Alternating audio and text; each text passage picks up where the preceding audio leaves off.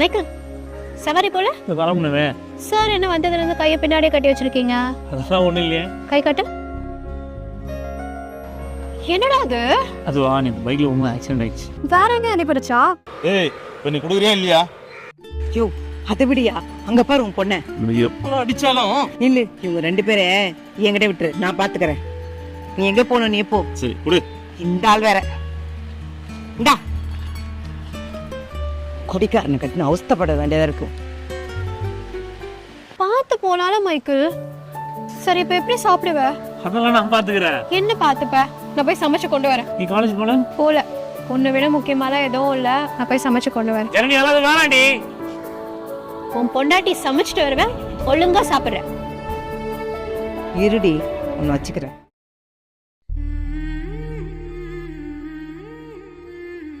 Michael இந்த சாப்பாடு செஞ்சுட்டு எடுத்துட்டு வரேன்.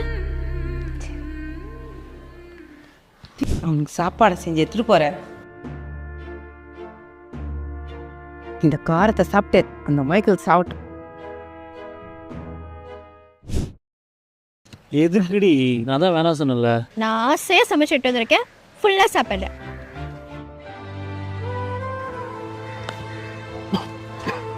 என்னாச்சு? காரமா இருக்கா என்ன? இல்ல இல்ல இரு நான் சாப்பிட்டு பார்க்கறேன். கரெக்டா இருக்கு.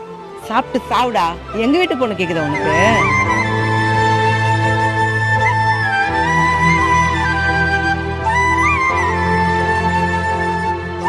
என்ன இவன் திங்குறான்? சரி நான் வரேம்மா.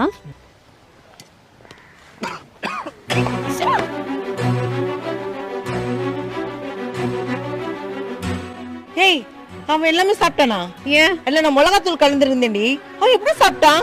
என்ன சித்தி சொல்றீங்க? உங்களுக்கு அறிவே இல்லையா? அது கொடுங்க.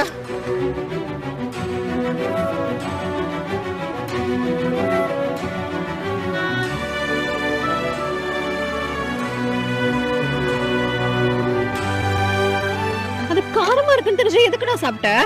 இல்ல நீ ஆசையா செஞ்சு எடுத்துக்கோன்னு சொல்லல, அதான் சாப்பிட்டேன். ஏன்டா இப்படிலாம் பண்ற? அதெல்லாம் ஒன்றும் இல்லை எனக்கு.